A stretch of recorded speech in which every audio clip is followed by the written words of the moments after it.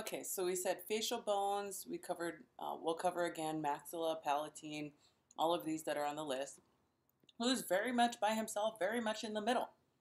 The vomer, who is also by himself, but not in the middle. There's two of them. Inferior nasal concha, good. Who's the cheekbone? Zygomatic. Who's the tear ducts? Lacrimal bone. Who's the jaw or chin reference? Mandible. Who's for the nose? Who's for the hard palate? So the maxillary bone and the palatine bone, they're associated with the hard palate. This is on the front, this is on the back. Let's take a look. So maxilla, we said a hole below the eye was infraorbital, and it's a foramen. And then if we look at this, the upper teeth are a part of the maxillary bone. It also creates the anterior portion of the hard palate.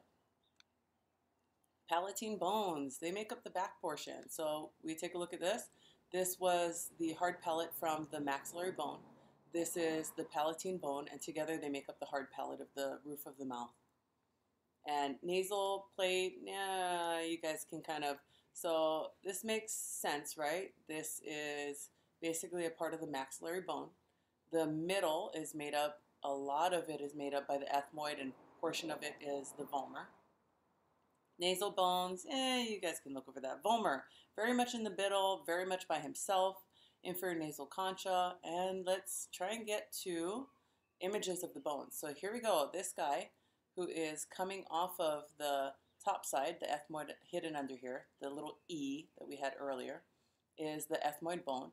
The back side, it almost makes a little V. When we open up the skull, if we get a chance to do that, then you can see the vomer very much in the middle, very much by himself. These guys are the inferior nasal concha up, well, in this portion here. Let's get to some more.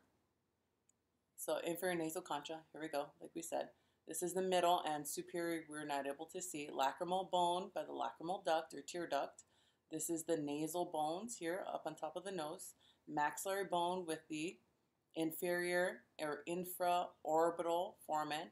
This is the frontal bone with the supraorbital foramen. Mandible, right? We said when a guy's jaw is nice and edible, it's mandible. So the jawline is called mandible. What do we know about it? What do we want to know about it? Oh, when we get to the images. Here we go. Perfect. So if it's a knuckle, then it has to be a condyle. If it's pointy, if I poke at you a lot, you're going to be coronoid.